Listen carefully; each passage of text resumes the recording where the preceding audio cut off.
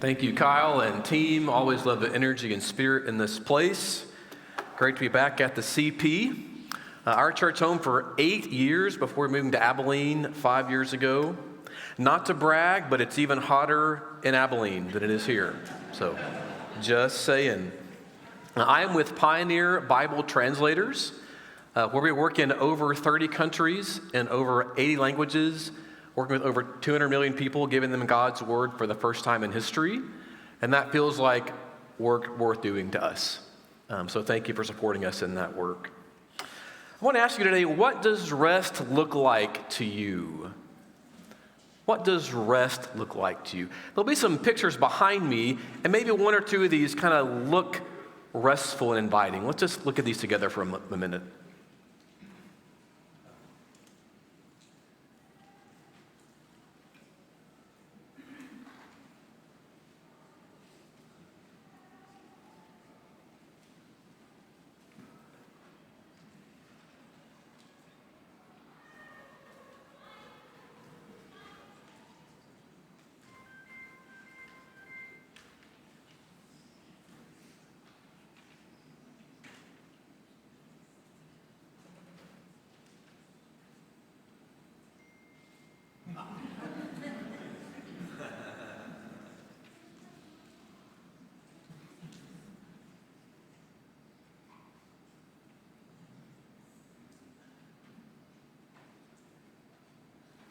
Hope at least one or two of those felt invitational, felt welcome. I heard some chuckles with the one in the bed, and maybe you're a gardener, maybe you're a golfer, maybe you're a runner. If you're not any of those things, then, maybe there's something in you that just would like some rest, would like a chance to slow down, because we're a pretty busy people. We're a pretty busy people. Hold those images in your mind and the feelings you felt, the invitation you might have felt. We'll come back to those. I want to begin with the Great Commission, the very last words of Matthew's gospel. When Jesus has been resurrected, he's talking to the 12, and it is the mic drop moment when the gospel ends with these words to the 12. All authority in heaven and on earth has been given to me. Therefore, go and make disciples of all nations, baptizing them in the name of the Father and the Son and the Holy Spirit, and teaching them to obey everything I've commanded you.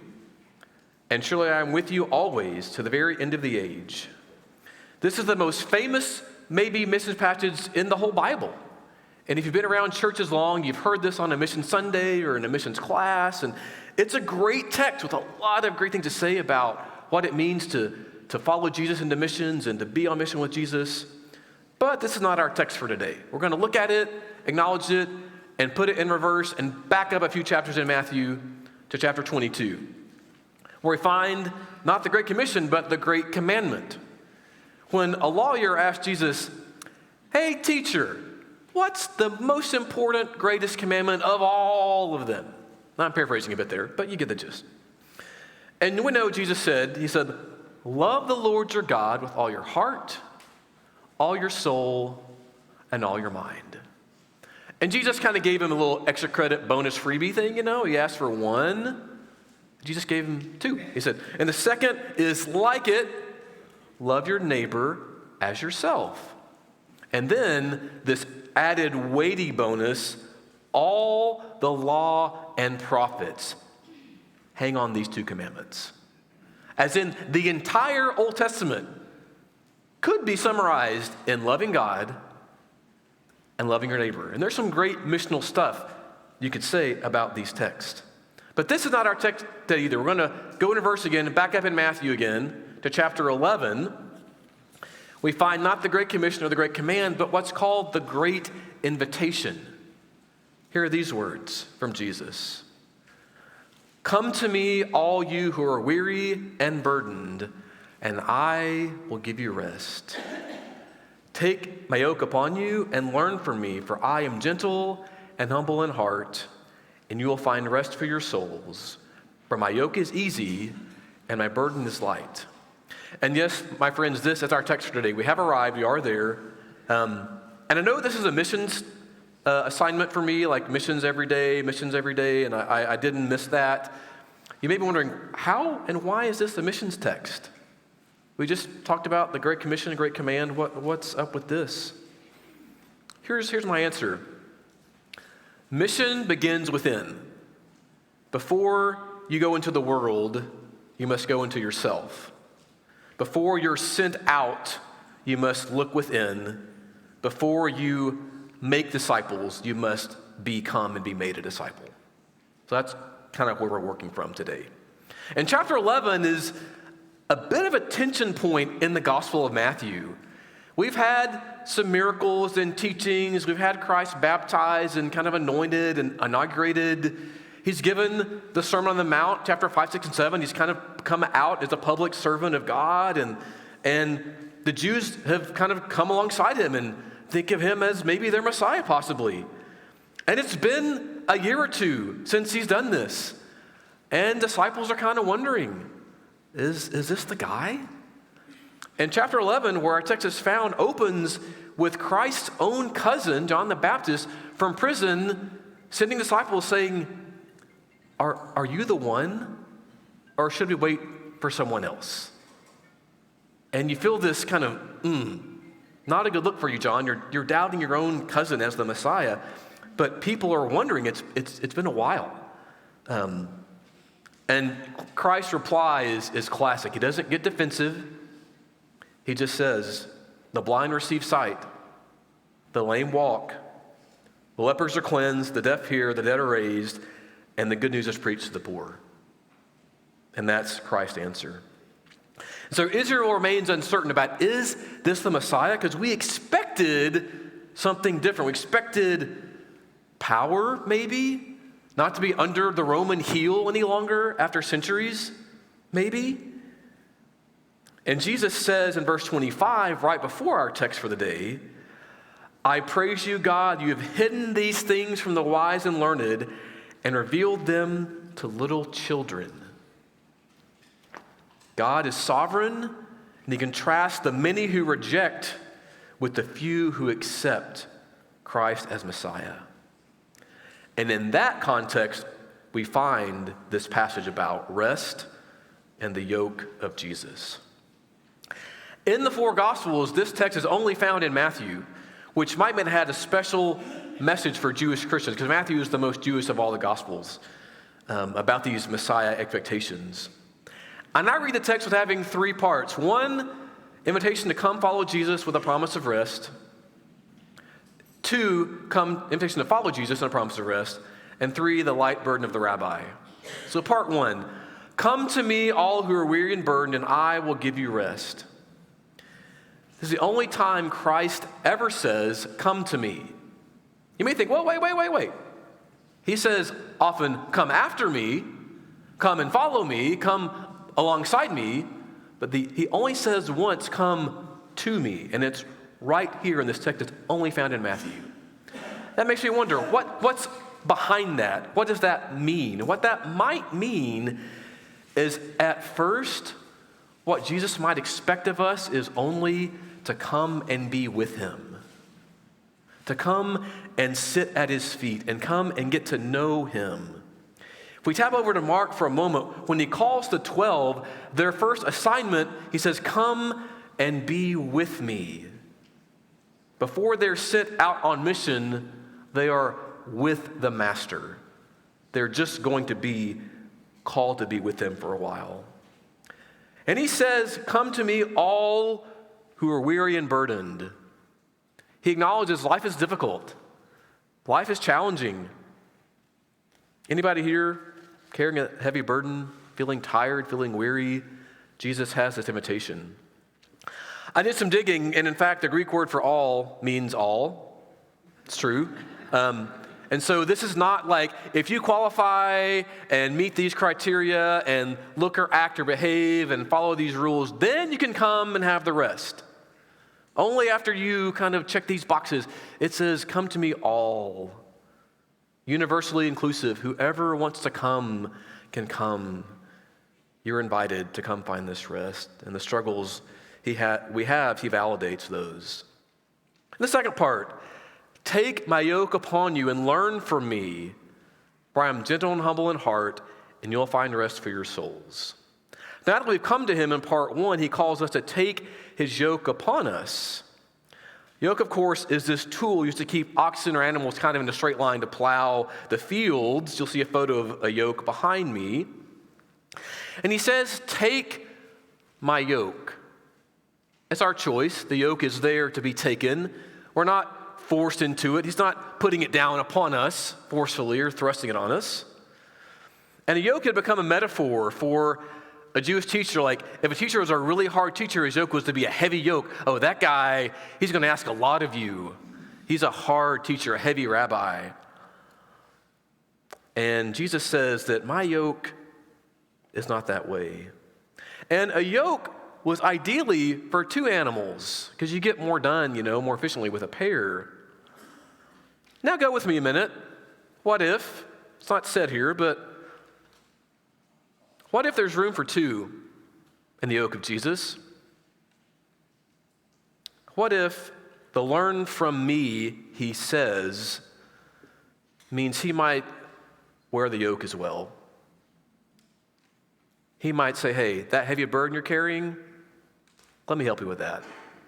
If you come get in this yoke, I'll get beside you. And together, walking side by side, we can carry this thing. It'll feel lighter. Learn with me and learn from me.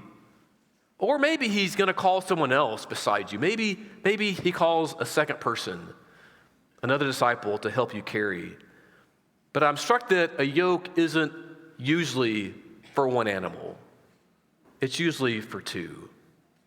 So you're not being asked to carry a burden by yourself. Because rest doesn't release us from responsibility. With the promise of rest comes the expectation of obedience. Because learn from me doesn't mean sit on the hillside and hear the sermons I'm preaching, Matthew 5, 6, 7. He wants apprentices, not pupils.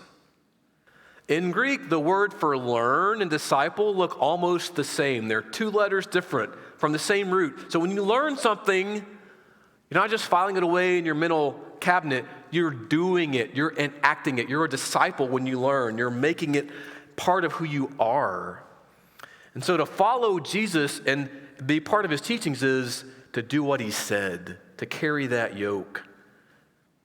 And part of what he invites us to do is to invite others to follow him, to teach others to enter this lifestyle with him, to be part of this great cycle of inviting, following, teaching to obey the Great Commission, the Great Command, and the things we've seen already in our passages.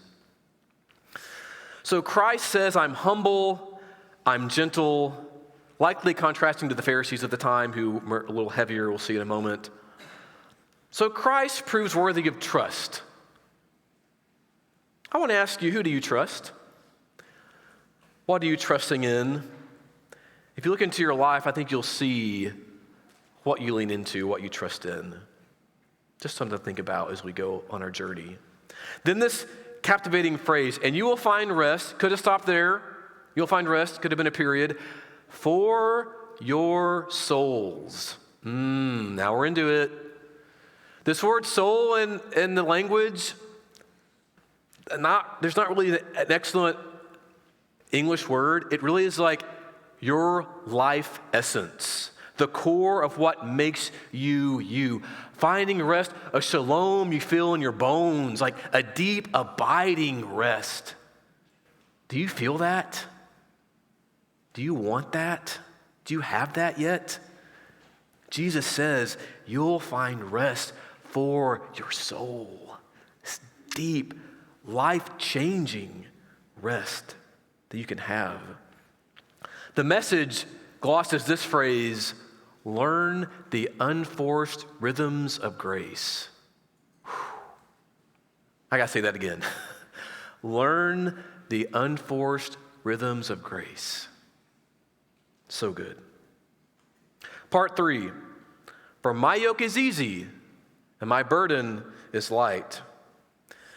In a few chapters, the Pharisees, he says of them, they tie up heavy, cumbersome loads and put them on other people's shoulders, but they themselves aren't willing to lift a finger to move them. These burdens, these yokes were heavy.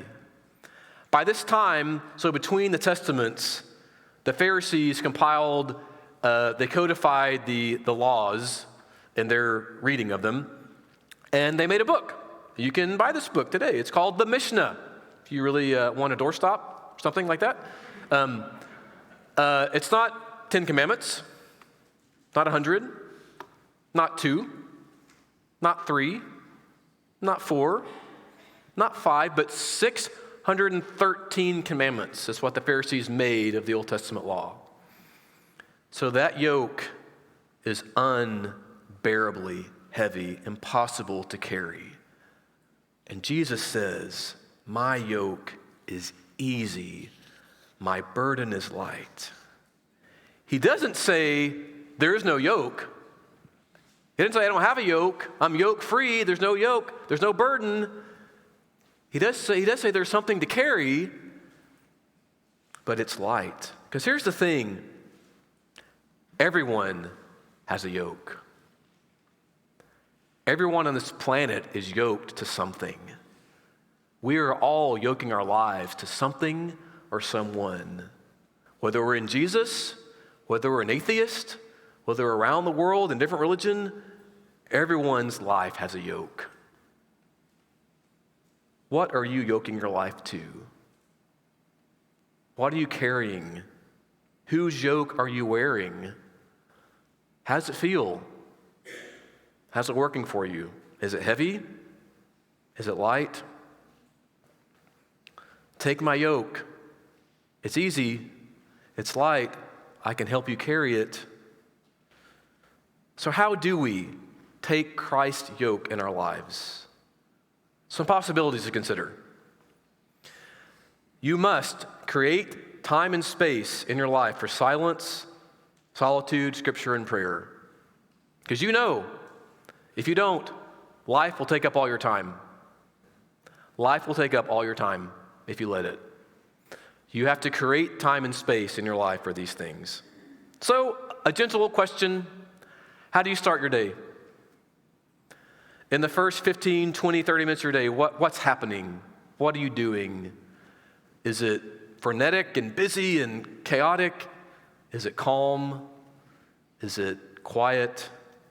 Is there noise and screens and activity and cars? And is it what's it like? And that last 15, 20, 30 minutes before bed, what's that like? What are you doing? What are you into? What's happening? Because I found, this is just for me, when I begin the day reaching for a phone or the news or out the door in a hurry, that carries with me through the day, and I carry that into my day, and I feel that ripples of anxiety or stress or busyness. And when I'm on a device or I'm carrying something in my spirit till right before bedtime, I'm tossing and turning and not really resting well. But when I get up earlier, create space in my morning to touch nothing that plugs in and just sit and breathe with the word and pray and have silence, I'm a little more centered in my day. And I feel a little calmer, a little more ready for that day. And when I put screens away and put things away that would distract me and just reflect on the day, and did I see God at work today? How did I experience God in this day? Examine my behavior that day, look back on my life in that day, I feel a little more settled. And I sleep better. I'm describing my life, not advising what you should do, just talking about my experience. So these sacred bookends, I call them. How does my day begin? How does my day end? Affects how I live my days. One man sharing his experience. Also, I've tried to create pockets of silence throughout the day. How can you maybe create movements in your day that you can just kind of power down some tabs? I work for a missions agency, and I live away from the home office, and so I'm like a Zoomologist. I am a Zoom expert. I'm on that thing. It's a lifeline. But I was at a point, I was having so many meetings last year. I said, something has got to change. I'm just going and grabbing a sandwich, and I'm like, it's too much. So this year, January, I came back, and I made a 30-minute meeting on my calendar, Monday through Friday, every day. It's on there perpetually. 1 to 1:30, it's called silence. I'm not kidding. You can see it. It's on there. And some days I'm reading the Bible. Some days I'm sitting and breathing. Some days it's power nap. Some days I'm just praying for people. But I'm not in a meeting. I'm not talking or listening to anyone. And it is amazing. So maybe you can't do that in your work, and I get that. But what can you do in your day to just slow down and take a minute, 15 to 20 to 30 minutes, to breathe, to center, to recenter, to read some scripture, find some way, because again, if you don't, life will take up all your time if you let it. And if you let it, the years go by and things just happen. You know this. Okay, so you're with me maybe. How does all this lead to mission? We're still talking about missions, right? I thought maybe. Okay, we are. Because when you have an ordered inner life, a well-centered place of deep rest, when you live from a place of deep connection to God, guess what? You can start asking God, what do you want to do today? Let's you and I do something today in the world. Let's make a difference in the world for your name. Because when you're disordered and chaotic, you're barely keeping the plate spinning. You know this from your life, right? You know I'm speaking truth. When your life is disordered inside, you don't almost have the energy to serve other people. When you take care of what's within you, you can start at that foundation serving and saying, God, what do you want to do with me today for someone else? So here's a prayer I invite you to consider praying, but this prayer comes with a warning label. It'll be on the screen behind me. Don't pray this until you're ready, because if God answers this, you better be ready. Because I prayed it before and I wasn't ready. 2 parts. Lord, open my eyes to see the needs around me. That's big. There's a lot of pain in this world. When God lets you see the pain of others, it can break you. A lot of heavy things in this world. It's one thing to see them, and it's good to see them, and we need to see them, but it's not enough to see them. Part 2, and give me the courage to meet them. And that's where mission happens. But I'm telling you from experience, don't pray this until you're ready. And I contend for me, I was not ready till I took care of what's inside me and got that inner life, that inner peace, that yoke. But when you pray this prayer, God's going to open doors and you'll be on mission. You may have more mission than you can manage. You may find yourself with more needs than you can meet. But God will help you. God will go before you. But this prayer has changed me over the years. And I submit it to you as a possibility for your mission in everyday life. Another idea, do things that connect you with unchurched people. Maybe you have a hobby you love. Well, do that in the space you'll meet people who aren't in the church. Take it to an unchurched space. That could be Academy 4, right? We had this great video. Go touch those kids' lives. Put yourself in a place where you'll rub shoulders with people that don't know Jesus yet. Another thing you can do, let God become part of your everyday vocabulary. Talk about God in ways that aren't awkward, like that are just natural. God is a normal part of who you are. Talk about God, how you see him moving and working in your life. And people go, oh, this person speaks of God as if he's part of who they are, because he is. And that'll generate curiosity and questions. When God becomes naturally part of you, he'll just overflow. And so people hear that. And you're not talking about God in some ethereal concept. You're not arguing theology or semantics or theology or these ideas in the abstract clouds. You're talking about God in your life, on the ground, in your home, in your marriage, in your parenting, in your finances, in your work, in your neighborhood. God in everyday things, because he is in everyday things when you invite him into those things. So there are a few ideas about how to do these things. Create space in your life for time, solitude, silence, prayer, pockets of silence. Ask God, what do you want to do together today? This prayer about opening eyes, meeting needs, unchurched people, get around them. God, part of your daily vocabulary. Some ideas to consider. Not the only ideas to consider, but things to submit to you. I have one final image to show you. In this photo, it takes my breath away.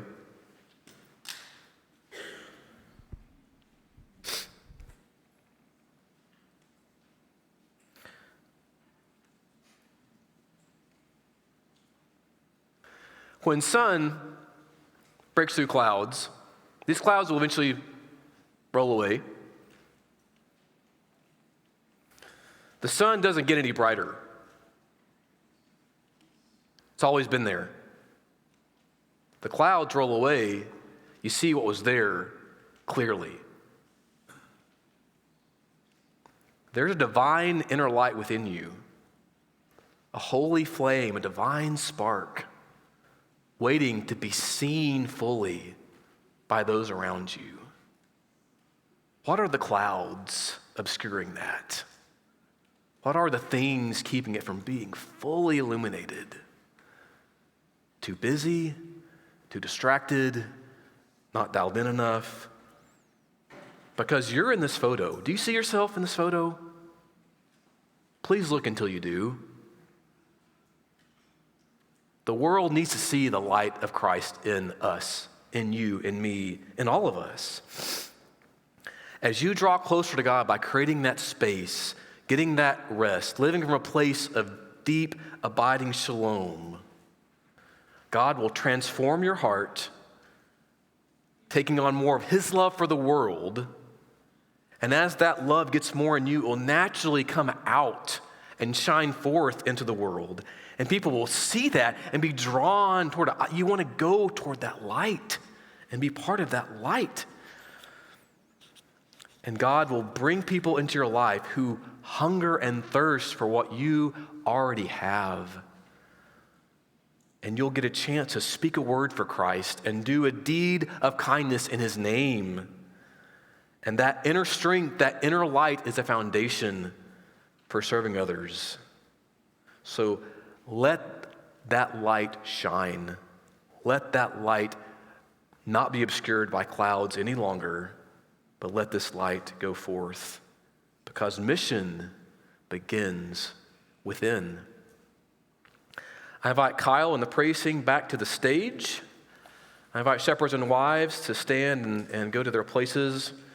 As we have this final song, it's a time to receive anyone who has a need for prayer, a need to share something on your heart. It's an open space. Anything is welcome. Anyone is welcome to meet with an elder, shepherd, or their wives, to pray and just have a moment to be interceded for, anointed, and loved on in that way. So thank you as we stand and sing in closing.